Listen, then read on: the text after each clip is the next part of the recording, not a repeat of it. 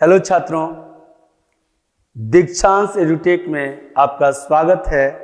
Class 5 के part 3 में स्वावलंबन, क्लास 5 में स्वावलंबन पाठ है।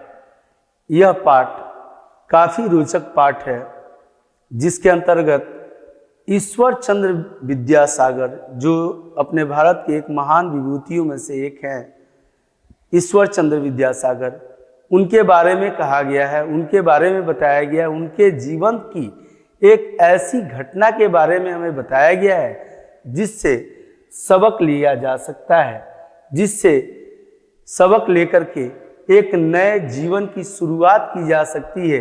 क्योंकि इस पाठ में एक छोटे से बच्चे का असहाय, निर्बल, दुर्बल बालक, जिसके सर से पिता का साया भी हट चुका है, वह ईश्वर चंद्र विद्यासागर जी के उपदेशों तथा उनके मार्गदर्शन पर चल करके एक अच्छे जीवन को व्यतीत करने में सफल हो जाता है और कहीं भी किसी के सामने हाथ पसारने की उसे आवश्यकता पुनः दोबारा नहीं पड़ती।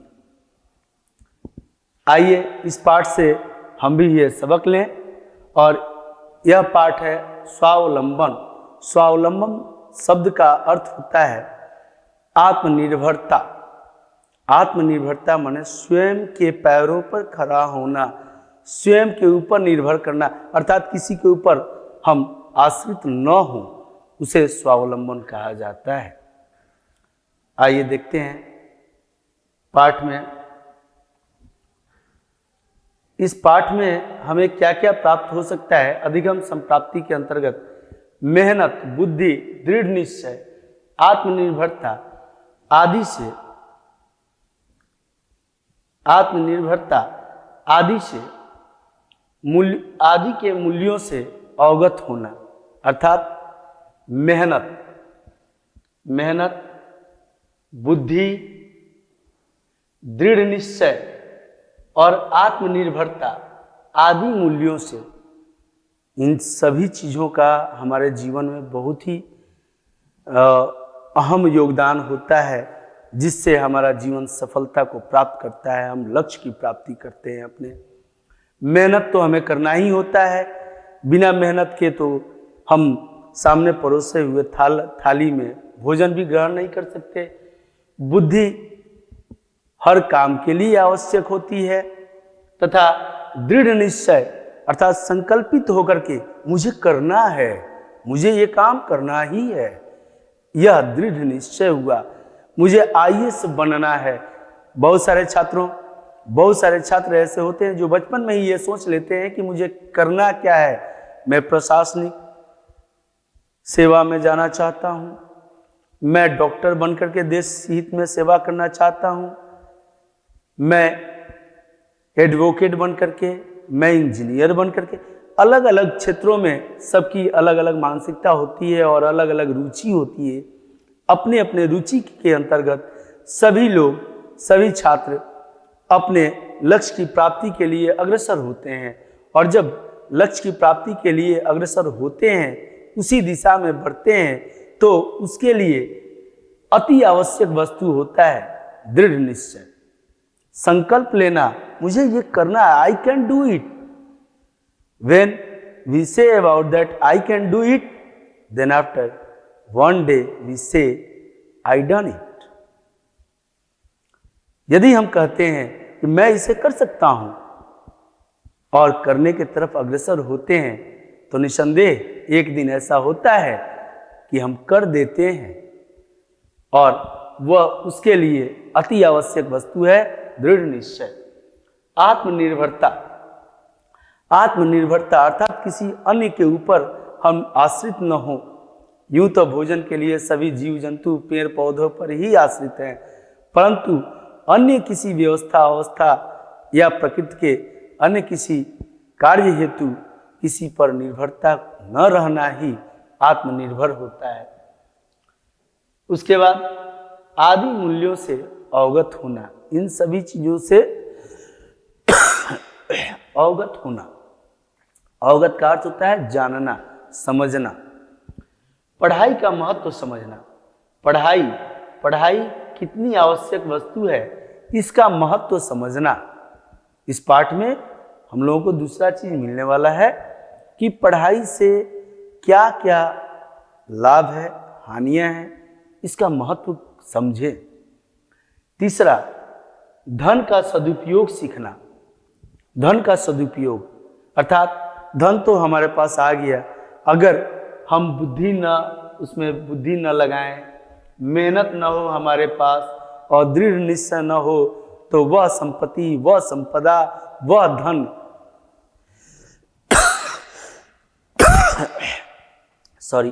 बेकार हो जाता है। वह धन बेकार हो जाता है, क्योंकि हम विवेकशील नहीं होते, हम समझ नहीं पाते कि उस धन को खर्चना कहाँ है, खर्च कहाँ करना है। कहीं इधर कहीं उधर, जहां इच्छा हुआ बस खर्च करते रहते हैं, तो वो धन बेकार हो जाता है। इसलिए तीसरी चीज हमें इस पाठ से मिलने वाली है, धन का सदुपयोग। किस प्रकार से ईश्वर चंद्र विद्यासागर के सहयोग से एक लड़का, एक छोटा बालक धन का सदुपयोग करना सीखता है, और उस बालक से, उस लड़के से हमें यह सीख मिलती है कि हमें धन का सदुपयोग कैसे करना चाहिए। और अंतिम चीज, नाटक विधा।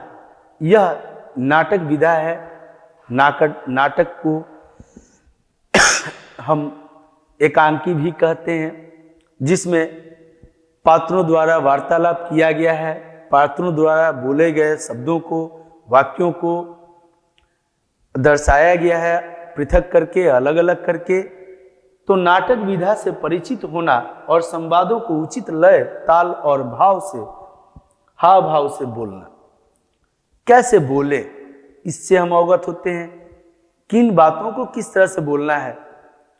जैसे कई चीज ऐसे होते हैं बाबू, जैसे आपके पापा बोलते हैं, कोई आए हुए हैं दरवाजे पर, उनसे नहीं मिलना है उनको, और बोल देते हैं रोको मत, जाने दो। क्या समझे आप? रोको मत, जाने दो। रोको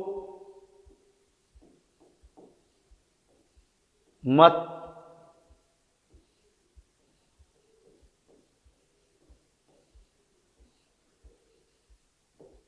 जाने दो। ये एक ही शब्द है, एक ही वाक्य है। इस वाक्य में अगर हम कॉमा यहां लगाते हैं तो इसका अर्थ हो जाता है रोको मत जाने दो, रोको मत जाने दो। परंतु अगर इसी जगह पे अगर हम यहां कॉमा लगाते हैं तो साफ विपरीत अर्थ को प्रदर्शित करता है यह वाक्य, रोको मत जाने दो। अर्थात यह बोलने के लिए नाटक विधा में से परिचित होना और संवादों को उचित लय, ताल और भाव से बोलना। अर्थात हमें कैसे बोलना है, एक ही वाक्य को अलग अलग जगह कॉमा लगाना। अर्थात इस कॉमा को कहा जाता है अल्प विराम। विराम चिन्हों के अंतर्गत हम व्याकरण में समझेंगे, पढ़ेंगे भी। अल्प विराम और अर्ध विराम होते हैं, पूर्ण विराम होते हैं। तो ये अल्प विराम है। अल्प विराम माने थोड़ा रुकना, शब्द से ही पता चलता है थोड़ा रुकना। तो ये किस तरह से हम इसको देखेंगे, इसको समझेंगे, इस हिसाब से हम आगे बढ़ते हैं।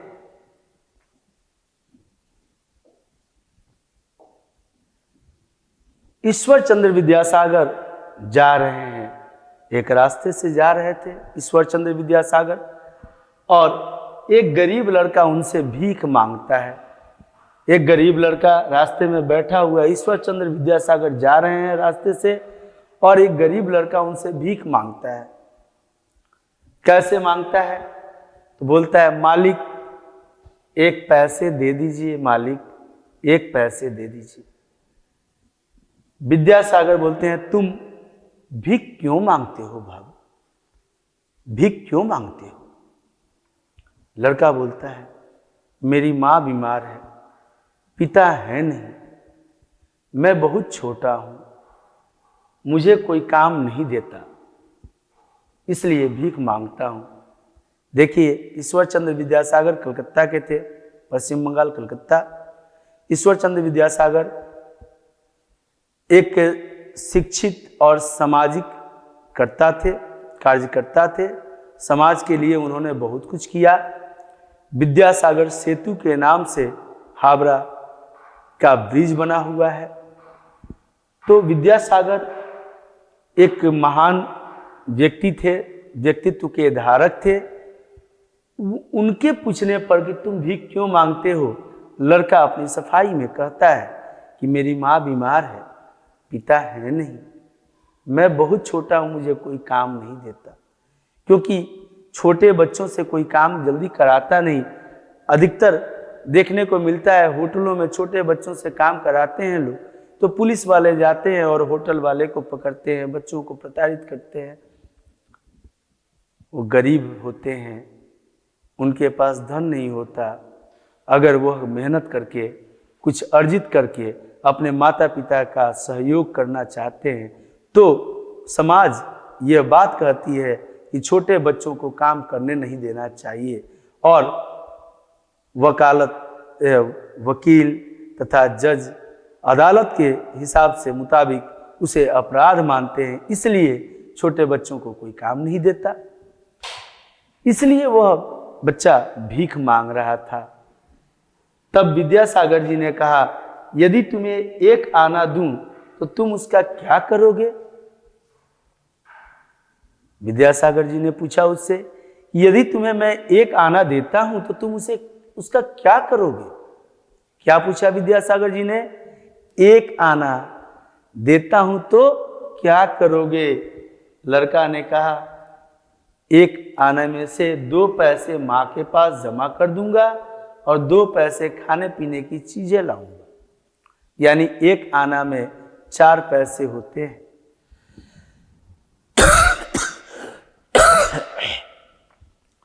विद्यासागर बोलते हैं, यदि 4 आने दूं तो? अगर एक आने देता हो देंगे विद्यासागर जी तो लड़का क्या करेगा? 2 पैसे माँ को दे देगा और 2 पैसे के खाने पीने की चीजें लाएगा। विद्यासागर जी ने पूछा, अगर 4 आने दूं तो क्या होगा? उस लड़के का जवाब आइए देखते हैं।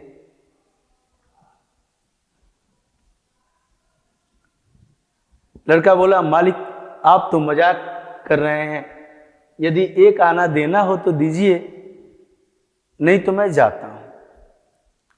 लड़के ने कहा कि मालिक आप तो मजाक कर रहे हैं, एक आने से भीख मांगने वाले को कोई ज्यादा तो पैसे देते नहीं है, जितना कम से कम उनके जेब में होता है वही निकाल के देते हैं। बहुत से ऐसे भीख मांगने वाले भी हैं जो बिजनेस का रूप अपना व्यवसाय बना लेते हैं। वैसे लोगों पर तो धिक्कार होता ही है, लेकिन जो लोग वास्तव में निर्बल असहाय होते हैं, दुर्बल होते हैं, उनकी सहायता न किया जाए, न करे कोई, तो वो कहाँ जाएंगे? वह दुर्बलता के साथ निर्बल हो जाएंगे और अंततः एक दिन प्राण त्याग देते हैं। लड़का ने पूछा, आप तो मजाक कर रहे हैं, अगर देना है तो एक आना दीजिए, नहीं तो मैं जाता हूं। विद्यासागर जी ने कहा, नहीं नहीं, मैं मजाक नहीं कर रहा हूं, सच कह रहा हूं। लड़का बोला, फिर 3 आने माँ को दूंगा। अगर आप 4 आने देंगे तो 3 आने माँ को दूंगा और 1 आने की खाने पीने की चीजें लाऊंगा। आना, 16 आना में 1 रुपया होता है, यानी 16 आना में 100 पैसा होता है। छात्रों, आप तो अभी आपके समय में अभी 4 आना और 8 आना नहीं चल रहा है। 8 आना का अर्थ होता है 50 पैसा, 16 आना का अर्थ होता है 1 रुपया और 4 आने का अर्थ होता है 25 पैसा। 4 आने का 25 पैसा।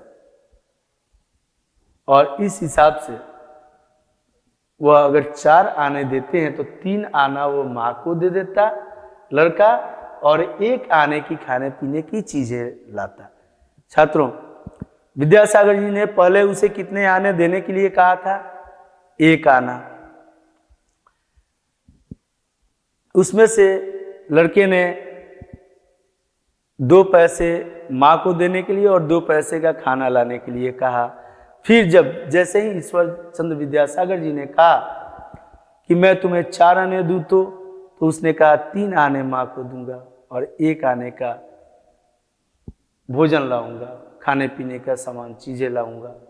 विद्यासागर जी खुश होकर, अच्छा तो मैं तुम्हें 1 रुपया देता हूं, यानी 16 आना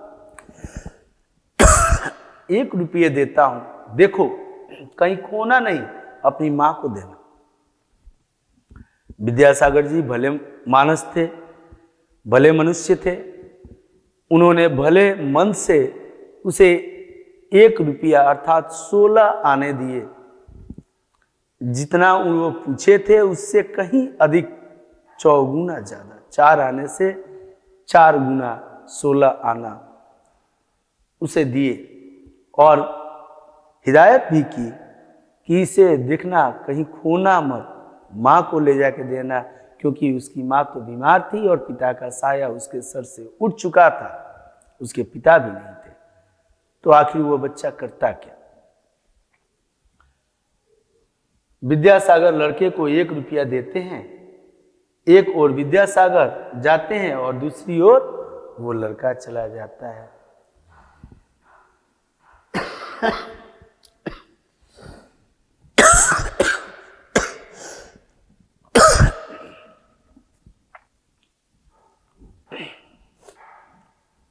अब दूसरा दृश्य आता है। पहले दृश्य में विद्यासागर जी मिलते हैं और मिलने के बाद से उस लड़के से कहते हैं कि भाई भीख मांगता है वो लड़का, 1 आने की बात करता है कि 1 आने दे दीजिए, माँ बीमार है, जबकि 16 आने देते हैं विद्यासागर। उसके बाद यह दूसरा दृश्य है।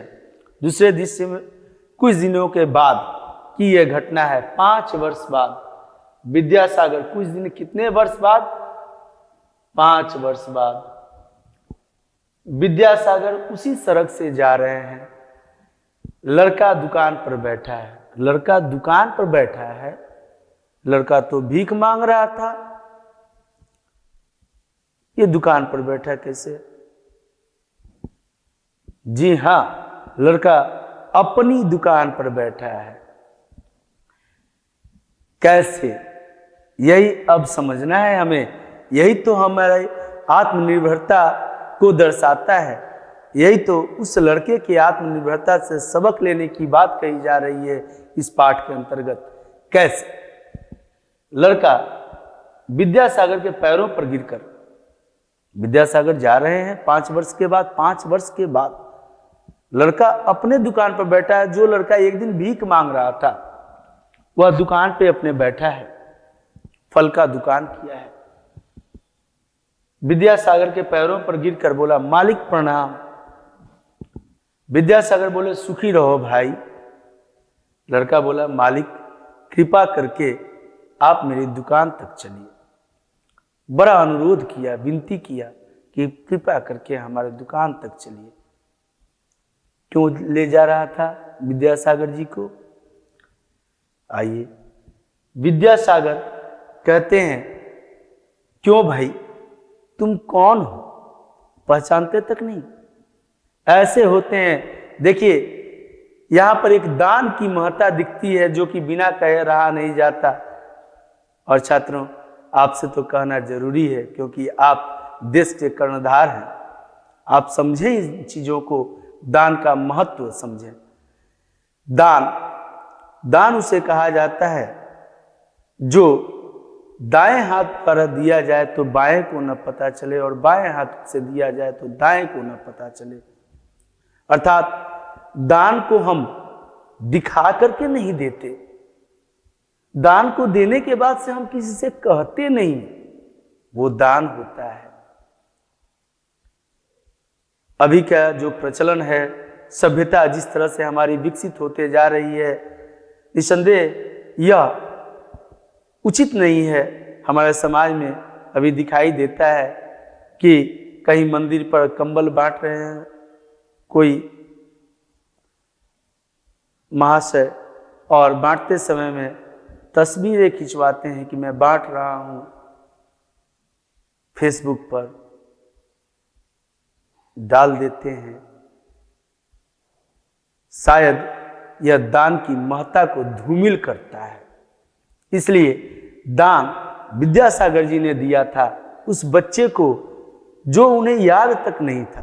5 वर्ष के बाद वह बच्चा मिलता है, उन्हें मालिक कहता है, सम्मान देता है और उनसे अनुरोध करता है अपनी दुकान तक जाने के लिए।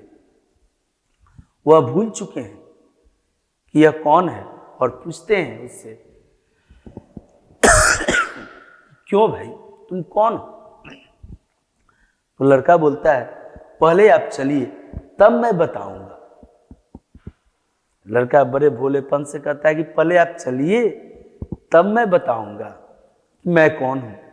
अच्छा चलो। विद्यासागर भी मान लेते हैं उस बच्चे की हठ को, जिद को, क्योंकि विनती पूर्वक वह उनसे अनुरोध कर रहा है, इसलिए वह मानना पड़ा उन्हें और वो मान लेते हैं। अब देखिए आगे उनके दुकान पर जब जाते हैं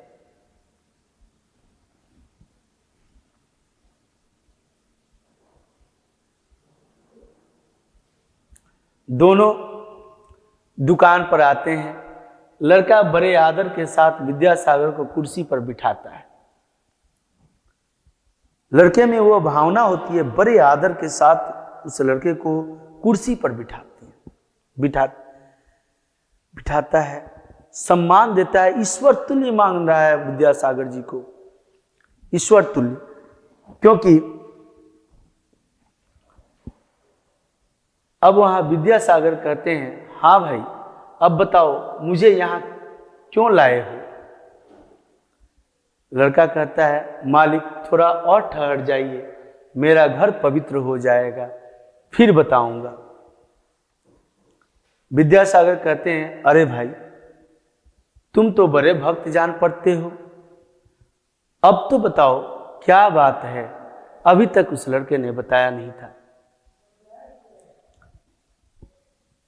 लड़का बोला, मालिक आपको याद है आपसे एक दिन मैंने 1 पैसा मांगा था और आपने 1 रुपया दिया था, आज से 5 साल पहले।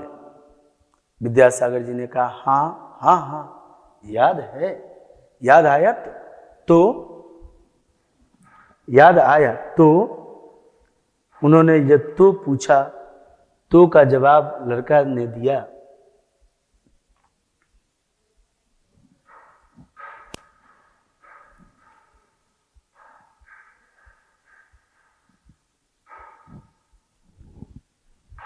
मालिक मैंने उसमें से ही 1 आना अपनी मां को दिया, 15 आने के आम खरीद कर बेचे, कुछ अधिक पैसे मिल गए, मैं फिर आम लाया और बेच डाला। इस प्रकार करते करते कुछ दिनों में मेरे पास 50 रुपये हो गए। तब मैंने यह दुकान खोल दी। अब मैं और मेरी माँ दोनों आराम से रहते हैं। देखो उस लड़के ने धन जब मिला तो धन का कैसे सदुपयोग किया। उसने टोटल खर्च नहीं किया, सभी को जाके वो बहुत सारी चीजें नहीं खरीद ली। उसने उन पैसों को बढ़ाने के लिए एक तरीका ढूंढा और एक व्यापार शुरू किया, फलों का व्यापार।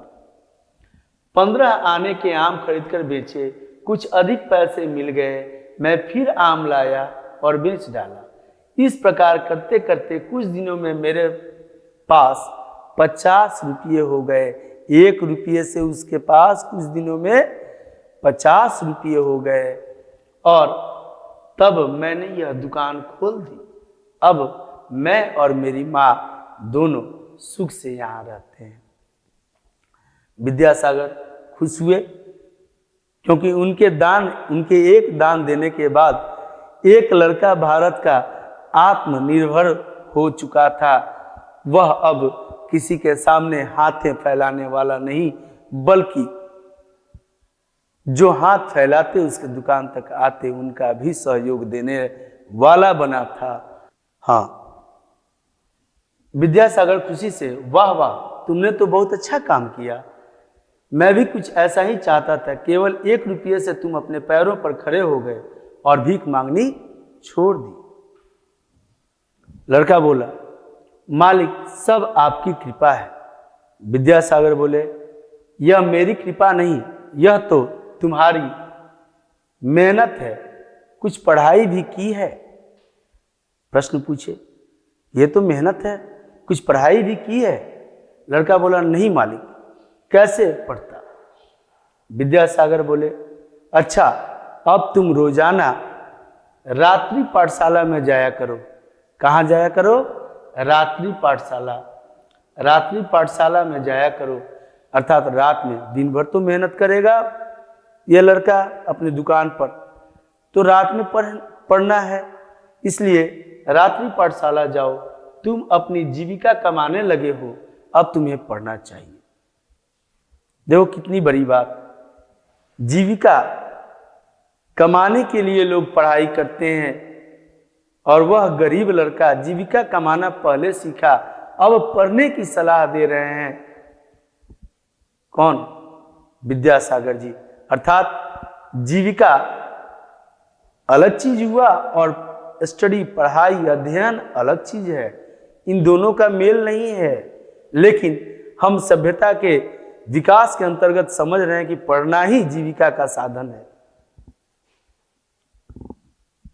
यहां पे बताते हैं कि अब जीविका तुम कमाने लगे हो, अब पढ़ना जरूरी है तुम्हारे लिए। लड़का बोला, आपकी बात मैं अवश्य मानूंगा। मैं आज से ही रात्रि पाठशाला में पढ़ने जाऊंगा। और रात्रि पाठशाला में वो पढ़ने के लिए जाने की बात मानकर कहा। विद्यासागर जी ने कहा, अच्छा, मैं अब चलता हूं, फिर जब मिलूंगा तब अपनी पढ़ाई का हाल बताना। लड़का उनके पैर छूता है। ईश्वर चंद्र विद्यासागर उसे आशीर्वाद देते हैं। पैसे जब मिलते हैं तो पैसों का कैसे सदुपयोग करना चाहिए, इस लड़के ने दर्शाया। उसने पैसों का दुरुपयोग नहीं बल्कि सदुपयोग किया और अपने जीवन के विकास में उनको मूल्य आधारित किए। और 1 रुपया जो मिला था उसे भीख में, उसमें से 1 आने माँ के लिए भोजन वगैरह अपने भोजन के पर खर्च किया और 15 आने का एक व्यवसाय शुरू करके 50 रुपये तक पहुंचकर एक दुकान खोल दी। अर्थात आत्मनिर्भरता हमें कहाँ से प्राप्त हो सकती है? तो बुद्धि से, विवेक से। और बुद्धि विवेक के साथ जब भी हम कोई कार्य करते हैं तो वह काम निसंदेह हमारा सफल होता है।